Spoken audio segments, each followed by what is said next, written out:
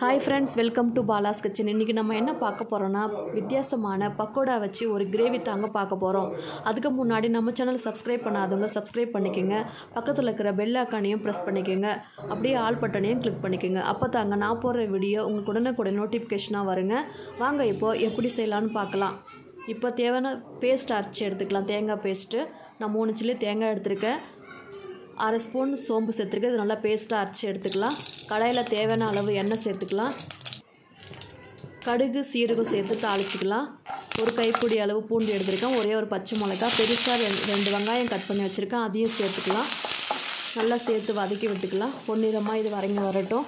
இப்போ கருவேப்பிலை சேர்த்துக்கலாம். கொஞ்சம் கருவேப்பிலை சேர்த்து நல்லா வதக்கி விட்டுக்கலாம். இது நல்லா அப்படியே வதங்கி வரட்டுங்க.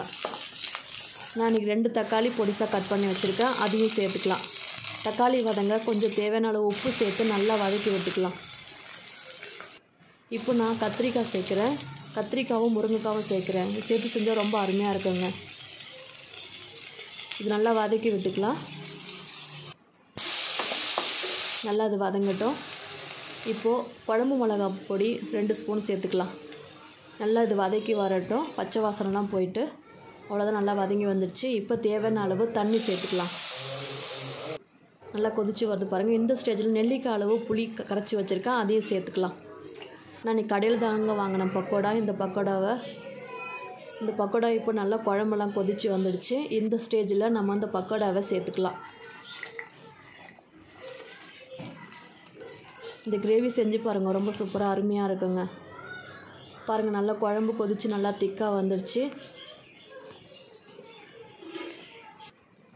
இந்த ஸ்டேஜில் நம்ம அரைச்சி வச்சுருக்க தேங்காய் பேஸ்ட்டை சேர்த்துக்கலாம்.